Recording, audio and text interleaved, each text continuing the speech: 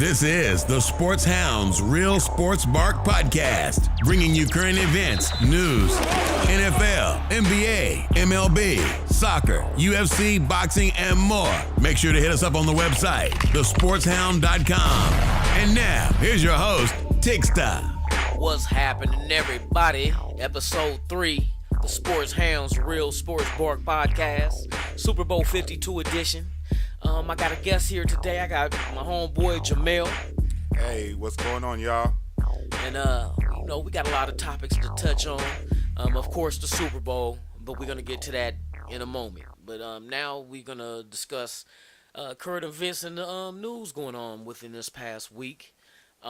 We had the unfortunate injury, as you know, to DeMarcus Cousins of the Pelicans. And due to an Achilles. That was kind of bad. Yeah. That's sad so, to see. man, I hope the brother heals quick. Get back soon to see you on the hardwood, man. So, heal up. Get well, brother. That's Get right. well. That's right. Also today we had, if you guys don't know, Greg Monroe has been bought out of his contract with the Phoenix Suns. And him being a free agent, which he clears waivers this Saturday, but he already has come to a deal with the Boston Celtics for 1 year, $5 million. Once again, the Celtics pull off a good one. A good one. That's a good deal. That's going to add depth to their team. They really got a good roster going on. They might be getting some good news back with Gordon Hayward, which I heard. But we can't expect too much from Gordon Hayward this year after his injury. Yeah. I think if this pans out for the Celtics, they got the opportunity to bring him back. That within Monroe, and you also have Hayward coming back soon as he heals up from his injuries to get back with that team, and that's a nice little lineup right there for you. You know what I mean? I seriously will consider keeping Gordon Hayward out this year. It's more about long term with him. And not, rushing them back too soon. I don't know how much he can give them in the playoffs, but, if it came down to a couple of games versus the Cavs in the finals and stuff and some minutes, maybe. But other than that, I don't think they really need him this year. Yeah, we'll have to stay tuned and see what happens with that. Also in the NFL today, we had Baltimore Ravens, Ozzie Newsome is going to step down from his position after the 2018 season. It was something that was already been discussed a few years back. They have a gentleman within the organization that's going to take his place as soon as he officially steps down, but he's not leaving the team. They said he's staying in the front office with them, so he's staying with the team in a different capacity, and I think they got everything cool. It's not no bad news. That's some big news. 61 years old, Ozzie Newsome is just as important to the Baltimore Ravens as probably Ray Lewis. He's done a real good job with that organization, and a former Browns. I got a lot of Cleveland Browns friends and stuff out there, and they know who Ozzie is and what Ozzie done, and Ozzie is a key contributor to this league and to the Baltimore Ravens. Yeah, they glad thing that they're going to keep him. So, pretty sure it'll work out in their favor. The Jerry West of the Baltimore Ravens. You want sports? We got it right here. This is the Sports Hound's Real Sports Bark Podcast. He throws the pass up. It's going to be picked up. James Harrison has it. He's running up the sideline. 25-30, 35-40. Still on his feet at the 45 and down. No, he's still on his feet. Here comes Harrison jumping over people to the 20, the 15, the 10, the 5. And that's a touchdown from Pittsburgh. An amazing play by James Harrison. Okay, now let's get into our main topic today, y'all. We already know we got Super Bowl 52 coming at you this Sunday in Minnesota. So, who you got on here, Jamel? Who you think is going to pull this off, huh? Yeah, all my friends, they think I'm a Patriots fan, but, it's 49ers on mine. It's tough to go against a great team, a great franchise, despite, what everybody may think or assume or have in their minds about this team. That team is tough to beat. They're not Yeah. in this game by accident. Nope. The term it's a race. No, it's a marathon, not a race. Yep. That's how they do it. That's how they run their franchise. So Eagles are a really, really, really good team. They are a really good team. They really bounced back well from the Wentz injury and stuff, and the quarterback's playing well. The defense is playing well. I know the city of Philadelphia is excited about this game, and they do have a chance. But I just don't see no way that they can actually beat this experienced team in the Super Bowl. We are. I'm on the boat with you because I feel the same way. As like these dudes been there, they done it. They know what it takes. They know the preparation involved in winning the Super Bowl. It's not their first rodeo. You know They what got I a mean? book on Super Bowls. Man, it's like if you building an organization from the bottom up, one of the teams you're going to look at to model yourself after is probably going to be them because it's worked and it's consistent over 2 decades. 20 years. This has been going on. They're not new to this. It's It has worked. It has worked, but it's a different standard out there versus probably every club in the league. A lot of these guys they take less money to play here. There's a lot of castaways or people that weren't really drafted high. A lot of players that we wouldn't even take on our own teams. And the consummate of the team is the coach and the player and the quarterback, and they keep it going like that. Well, if I was the GM of a team running the team, we going to Dave and Buster's and doing shots. You know what I mean? Yeah. I bet y'all win that dunk contest. But yeah, man, this is gonna be an interesting. I mean, everybody's leaning towards New England, but man, you always have a puncher's chance with pulling the upset. We've seen New England upset in the Super Bowl when they were going for the 17-0 undefeated streak when Randy Moss was on the team, and the last game that was the most important is the only game they lost. Yeah, and you know what I mean? they haven't blown nobody out in Super Bowls, and they've won 2 Super Bowls, 3 Super Bowls off kicks with the kicker. So Man. I mean they can be beat, but I mean like I said earlier, they have a book on Super Bowls and how they're played. So if something's going on in the game that they're are getting beat at, they go right in that book and they pull out something that they need. They pulled out 2 trick plays a couple of weeks ago on Jaguars that when they ran them, it was like, oh, they're desperate. But no, it was more like, okay, this is a time. This is probably a good time for a halfback throwback pass. And they complete them. When they need something, they get it. Yeah, I heard that one before. Us. You know what I mean? But man, I'm telling you, it's kind of I'm on the fence because it's like, I mean, of course you root for the underdog. You know what I mean? It wouldn't be nice to see an underdog, a new team come in and knock Brady off his crown, and now the new ones can come in and get a chance at winning. But I mean, if you're that good and you win in Super Bowls, then I can't be mad. For a league, you know what I mean? For a league with so much parity, where you could be picking in the top 5 one year and you can be in the conference championship the next game. There's kind of one constant that happens at the end of the year, and that's New England. Who's going to beat New England? Who's going to be Peyton Manning and stuff? So when it comes down to a game plan for New England and how you can beat them, at the top of the list is you have to hit and put as much pressure on Brady as possible. You got to make him feel uncomfortable. You got to make him get the ball out of his hand when he don't want to. And you have to keep your foot on the pedal. Atlanta learned that the hard way. See, and here's the thing, though. Every team knows this is what you need to do to beat Brady. But they still ain't beat Brady.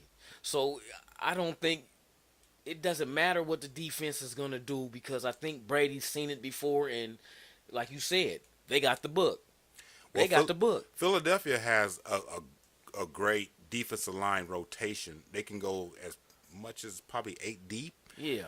But that's also why I probably see New England probably doing more hurry up offense, you know what I'm saying, so they can't get those linemen in and, you know, keep those linemen on the field. And we already had reports that, was it Timmy Jerkingen? I'm saying that right? Timmy Jerkingen? One of the key defensive rushers, he missed the last 2 days of practice, and, you know, there's been a bug going around the locker room that, you know, everybody want to blame on something Bill or the staff has done.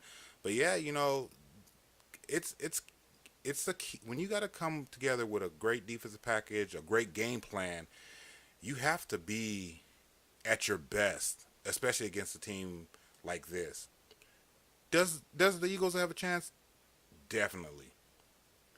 Yeah, everybody got a chance, but I mean, if you was a betting man, I bet you ain't taking the Eagles. You know what I mean? Yeah, I just couldn't. If you a betting man, I bet you not taking the Eagles. I'm gonna have to.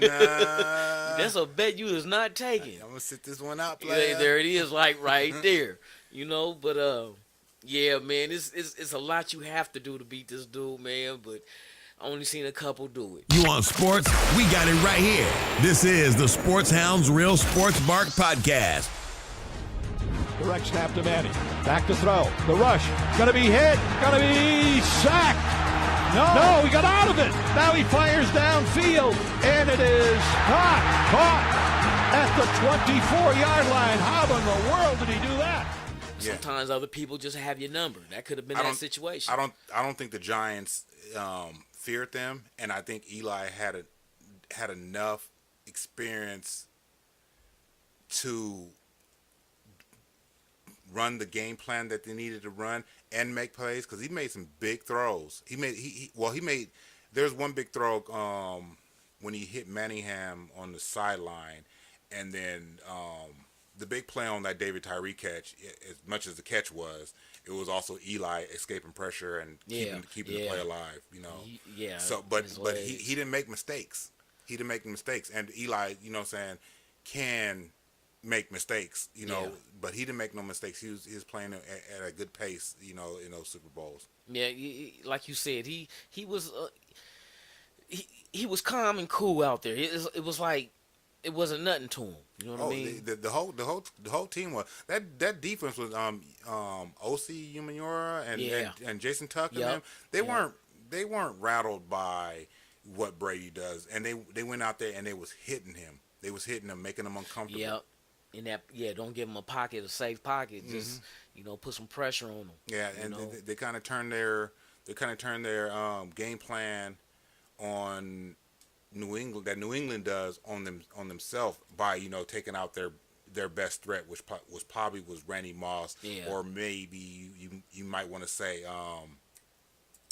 Wes Welker, because don't forget Gronk was playing in one of those Super Bowls, and he was playing, I think he broke his leg before, and he just came back, and so he wasn't really 100%, and he was Gronk during the season like that, but he wasn't 100% of that game. No.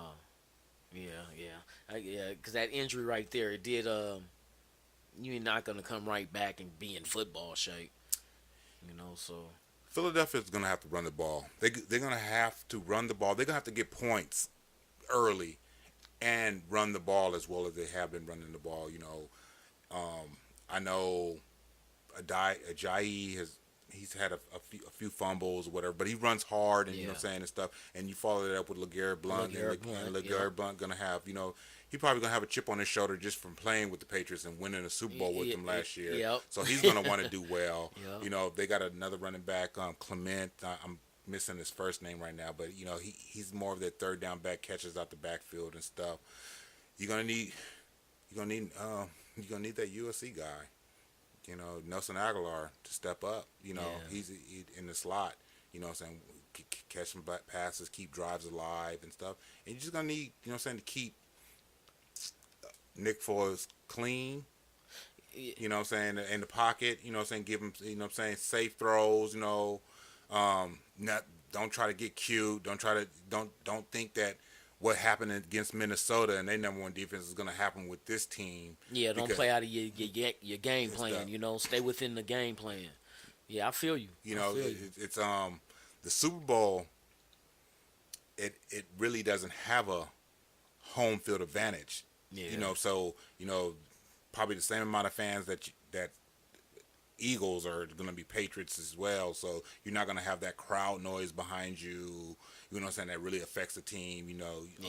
Or energize a team where you could just go downhill on them and stuff. So it's experience, and a lot of the Eagles players, haven't been in this situation. We know Torrey Smith been in 2 Super Bowls. He might be able to, let them know what's going on, what to expect in this game, because the game's going to go by fast. And what's not going to go by fast is that halftime. The halftime is much longer. Yeah. You know what I'm saying? And it's going to knock, players off their, normal rhythm of what they do. You know what I'm saying? They might, you can't just send out your kicker to go get some extra kicks up with the long halftime, because they're going to be a performance. Yeah.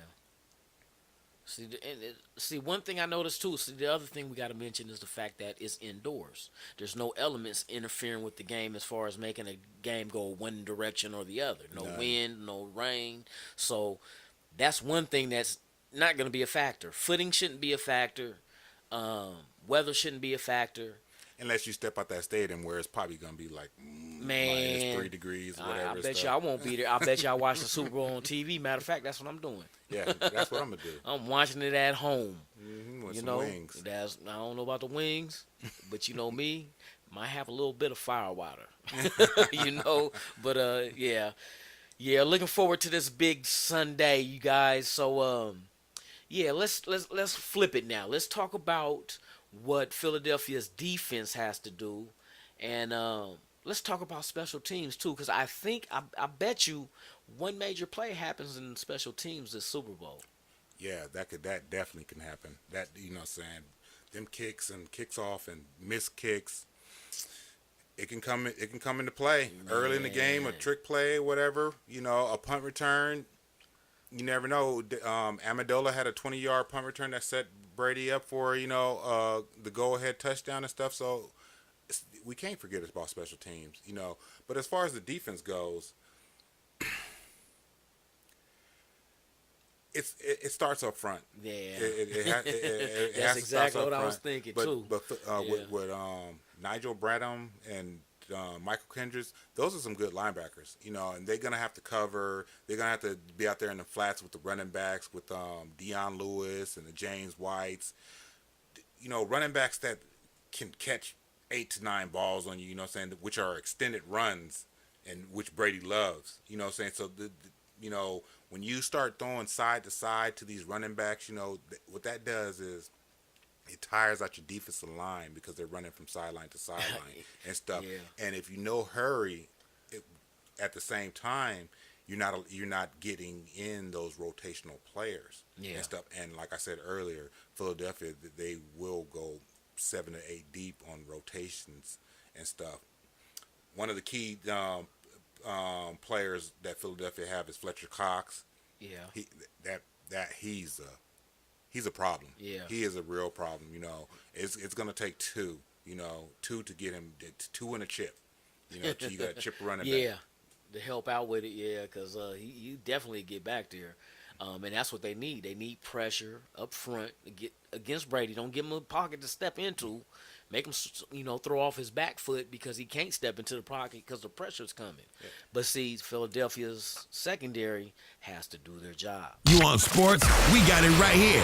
This is the Sports Hounds Real Sports Bark Podcast. Kick up. Kick is on the way. It's good! It's good!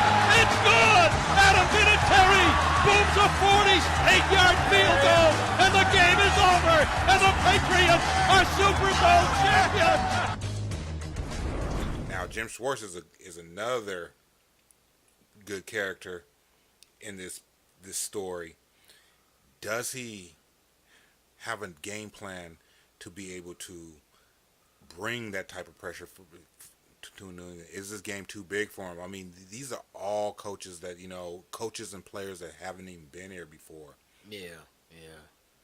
That's their first time getting there, but I think their game planning is their strength. Because especially like I said, after they see what the team is going to expose to them as far as this is what we're trying to establish, then New England looks at it and like, okay, well at halftime this is what we do to neutralize that. I mean, it's like they've been there, they done it, they seen it. There's no defense they haven't seen in this drive and this run they've been having. So it doesn't matter if you're the Pittsburgh Steelers. It doesn't matter if you're the Jacksonville Jaguars or the Tennessee Titans or whatnot. Exactly. They've been there. They've done it.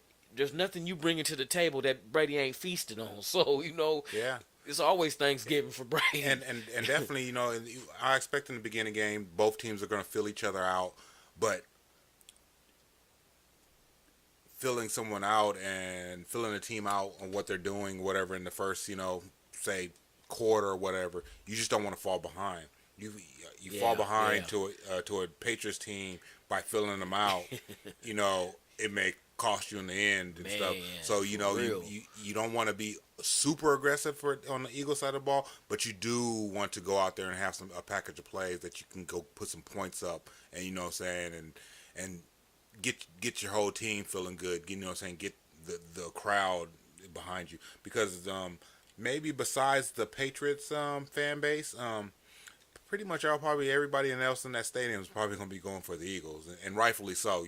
Everybody loves to see the Giant get knocked off. Yeah, the underdog story, and it'll suit up to be something nice. I mean, because you have like stories behind stories. I mean, like I said earlier, we talked about Foles and Wentz. You know what I mean? Like, what happens if Foles wins the Super Bowl against Brady? What do? Do they trade him? Do they keep him as backup, or is he gonna want to trade to become a man somewhere else to run that team? Win or lose, I think teams are out there seeing Nick Foles as at minimum they can use him as a bridge quarterback, but I think he's better than even a bridge quarterback. Just the different systems that he's been in, you know what I'm saying, and stuff. I know that him and the quarterback from Minnesota, Case Keenum. They both was on the Rams, and you know what I'm saying, that was like being in Siberia for, you know what I'm saying. But look what happened. So he's a good quarterback and stuff. I know that a couple of weeks ago against the Vikings, that the coaching staff had put some of Chip Kelly's plays in there for Nick Foles because he had a great season under Chip Kelly. Yeah. And look how everybody gets on Chip Kelly about, rightfully so about, how he coaches or whatever. But but now they need they need a quarterback in Nick Foles that's best tape came under Chip Kelly to be at his best this week. Yeah. But see, Chip Kelly, the one thing with him though, it wasn't because of his offense. You know what I mean? It was just the fact that I think him going to the next level in football from college to the pros, trying to get these defensive linemen that's built the way they're built in the pros to be able to do a fast tempo, up pace, and the time of possession that your team is going to have because of the offense they're running is like fast. It's like you're not supposed to have the ball for 8 minutes on a drive and eat up all the clock and keep them on the sideline. Yeah. He was trying to just crank out the points. Yeah. But see, the defense got affected by that because they didn't have the stamina and that kind of endurance that you need to be able to, boom, the offense scored quick, so we're back on the field within 5 minutes. That kind of situation where that's not what the NFL game is built on. It's depth. You can do that in college because you can rotate players. Exactly. You know what I'm saying? Same type of players. You know what I'm saying? Good players, because colleges you can get as many good players as you want, so you can keep rotating in good players. But when it's an NFL and you got to rotate out your, you know what I'm saying, some of your starters, the people behind them is not really as good as a starter. So, that's where the weaknesses come in, and that's when, Chip Kelly teams will fall behind because he's tiring out the defense. Or he'll just go 3 and out and keep giving the ball back to, the opposing team. But back onto the game, with Nick Foles, I mean, he just can't let the big lights of this game, you know what I'm saying, get to him. Get to him, Get to him, you know, and he can't take sacks. You know what I'm saying? The Eagles cannot be in third and long. Yeah, you know what I'm can't saying? go backwards. You You know, gotta. you gotta sustain drives. You know what I'm saying? Put points up. You gotta sustain drives.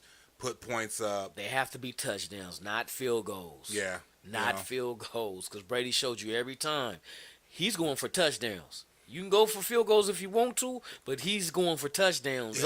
Mine's going to outdo yours. He'll take the field goals because he knows. I think New England knows that eventually they can get touchdowns. So say Brady and New England go down the field 2 times in a row, first few drives, and get 2 field goals, but the Eagles don't get nothing out of their drives.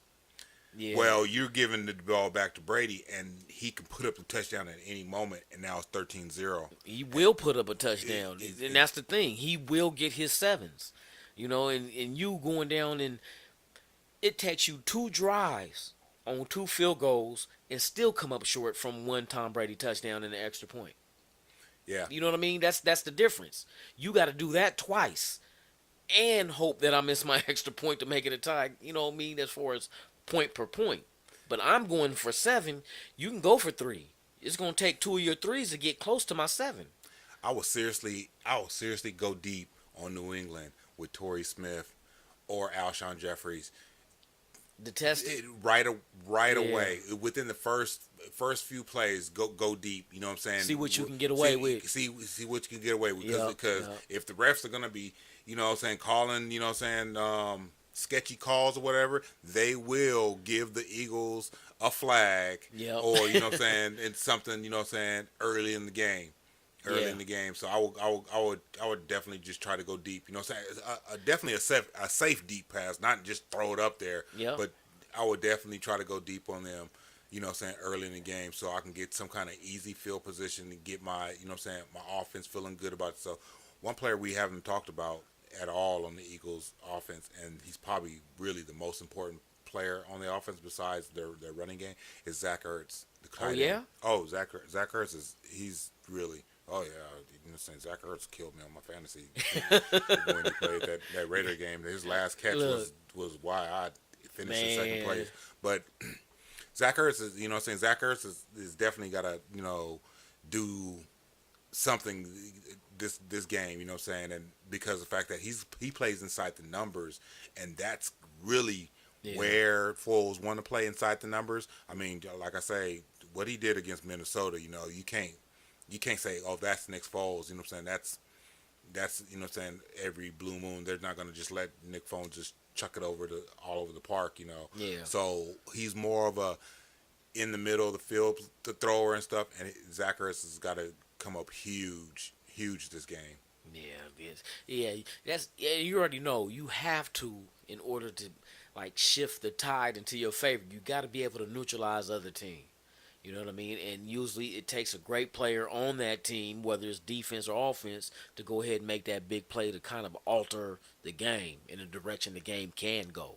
You know, so it's going to be very interesting. I know everybody getting their old chicken wings and beer and everything else ready for this Sunday. You know what I mean?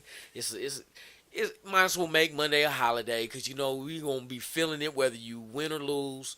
No matter what team you're rooting for, you're going to be lit. Yeah. So you better have them sick days ready, which you should because it's the second month of the year, you know what I mean? So you should have at least 2 left if you use 3 in January, you know. So, yeah, man, this is, I can't wait. I'm telling you, I can't wait, man. This the big play. I want to know who makes that. And the game is going to be good, too, you know. So I'm not just talking about the grill. Yeah. But, yeah, man. So that big play, I want to know who's gonna make that David Tyree play. Not necessarily catching it off the helmet, but that big play that is like, oh, he caught that or whatever. That Julian Edelman catch. The the Manningham sideline pass. You know what I'm saying? Somebody's gonna. It's got to be one of those plays that we're gonna look back on a year from now or even whatever and say, oh, that's when the game changed. Yeah. And stuff, and it always happens. A game-changing play, exactly. A big play. Yeah, it'll be interesting. I'm waiting to see, like you said, what big play it's going to be? Is it going to be special teams? Is it going to be a defensive play, an offensive play? You know what I mean? So, yeah, I'm on pins and needles waiting for Sunday to get here. You already know. It takes so long for the game to start. And the halftime is going to kill me, but hey, it is what it is. That's when You know what I mean? that's when your friends from all the other fan bases that team they make the playoffs are already out. You know what I'm saying? They can get their ass off the couch and Go get a beer. another beer. For real. You know, it's gonna be a whole bunch of sad team. It only could be one winner every year. No one remembers the second Who place came guy. in second? Yeah, You know, for real. So, you know, Who was that team that lost to when you say lost after, it's like, wait a minute. You know, you don't remember that team. everybody feel like, you know, if you ain't first, you with the rest of the 31 other teams. Maybe not the Browns, but you know, same with the other 31 teams. Yeah, but the most memorable losses is Buffalo. So I guess losing can put you in the spotlight because nobody forgot that number 2. Hey, you know, as Shoot. much as you know, it's sad to know that Buffalo Bills didn't win a Super Bowl after making the 4th straight. Man, that feat in itself, like you four said, straight yep. is tough. You That's know, tough, man. that's LeBron James is the new Buffalo Bills. You know what I'm It's saying? hard to go back to back. It's You tough. know what I It's mean? tough You on talk the about body. 4 straight. That's a lot of games. That's a Ooh. lot of games. You want sports? We got it right here. This is the Sports Hounds Real Sports Bark Podcast. Comes number 11, Scott Norwood, and he will have a chance to win the Super Bowl for the Bills. Snap, spot, in the air. It's got the distance. It is no good. My question, though, what do you see 31-17. Oh, there you go. The final score, ladies and gentlemen. I just think that, you know, New England, they don't want to fall behind like last year's Super Bowl. They, you know what I'm saying? They've been here so many times, so they got a recipe. So I think they jump on top of them, not by much. You know what I'm saying? It's going to be a 2-possession game all game. But I think at the final score will be 31-17 New England and stuff. And hopefully the Eagles put up a better fight than that. But I just don't see New England having too much to worry about that much this year. See, okay. I'm taking the New England Patriots too. But I think it's going to be a lot closer than your score. I think the score will be 30-24. Ooh, that's 30-24, because I don't think Philly is there just to get ran over and embarrassed in the Super Bowl. Yeah, And I don't think they're that's not. what the league wants they're a either. good team. So, but I think they're a scrappy bunch. Foles is like, you look at Foles at the quarterback position, you know, all you look at is a dude that's like, this dude fighting every game as far as he's out there doing his thing. He's winning games. That's all you hear to do. Win games. And he's doing it. He's doing it.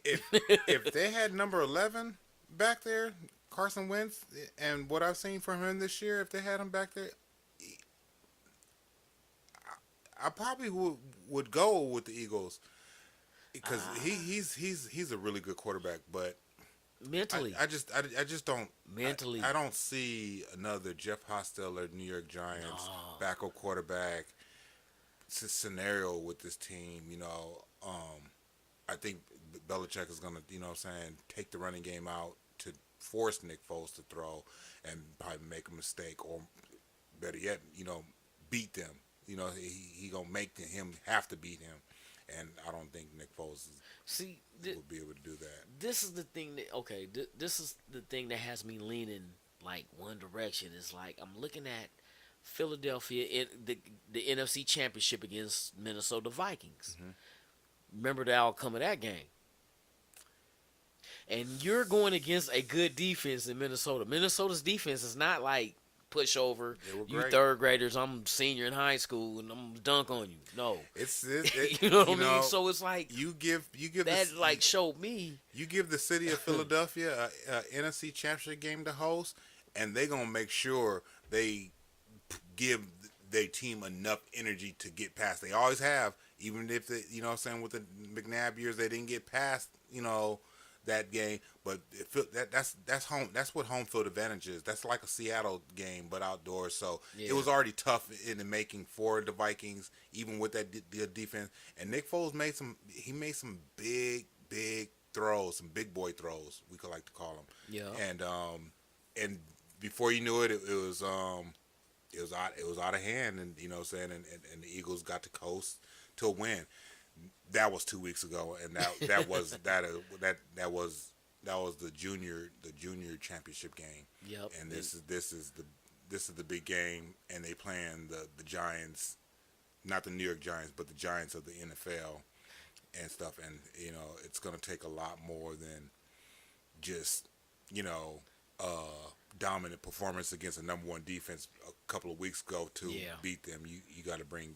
It's gonna take. I think it's gonna take Rocky Balboa 300 yards, 2 touchdowns. Since we talk about Philly, you know what I mean. It's not like he's coming to help, but they need to lead. They're gonna need to lead, and they're gonna need to run the ball well. You know what I'm saying, to keep New England and Tom Brady off the field, and they're gonna have to hit the guy. Yep. I mean, we didn't had like. Coming out of nowhere, team nowhere, nobody expected to do anything. We didn't had stories of teams like that coming out of nowhere. Oh yeah, and shocking the world. Yeah. The Giants did it twice against this team that we're seeing. There was what I mean? There was a walkover one year. They went up to it can Green Bay and beat Brett Favre, and you know they came out to San Francisco and beat us and stuff. You know, and they got there and they closed the deal. They beat. Like I said earlier in the show, they beat New England when the clock said 0, and that's what you have to do. It's going to be a 4-quarter game, and you have to beat them. You can't say, "Oh, we're up 10 points. Oh, we're up 13 points. Let's do something." No, you got to go out there and beat them. You got to play smart. You got to play penalty free. You got to understand. It's a team effort that's going to take to win this Super Bowl. You got to understand that the team that team that you facing across is going to make adjustments, and you know what I'm saying, they're going to make adjustments, and not all, one of their adjustments is also going to be desperation, which is like maybe trick plays. So you got to, you know what I'm saying, you got to stay, better keep their eye open. You got to keep your eye open. You got to stay composed and everything, and you know, you feel that momentum shifting and stuff. You got to go back there and seize it. You know what I'm saying? With first downs, you got to keep the chains moving and stuff, and you know, and play a game. This is it. Yep. This is it. This is the big stage, man. This is, you know what I mean, what you blood, sweat, and teared for, and trained, and went through Pop Warner to college, and now you're on the biggest stage of all. Everybody got that story of where you're shining like a being diamond in the backyard, throwing the game-winning touchdown in the Super Bowl. But and only the palm tree is the MVP. Only a few teams get there, and a few players get to do that. Yep. So this is what it comes down to, everybody. So, I mean, I'm looking forward, just like you probably are, as far as seeing the outcome of this game. Who's going to win? How are they going to win? And add another one to the Super Bowl 52. You know, we at 52 now, man. So this is just going to be another name engraved on that Lombardi. So I look forward to that happening. I know you guys are too. We look forward to hearing from you for next week's episode 4. But enjoy your Super Bowl, be safe, and don't drink and drive. I'm out. Peace. Thanks for checking out the Sports Hounds Real Sports Bark podcast. For more exclusive content, follow us on all social media. Twitter, SportsHound 24/7. Instagram, SportsHound Media. Facebook, SportsHound Media. And on the website at thesportshound.com. And tell your damn friends about the hottest sports podcast on the web.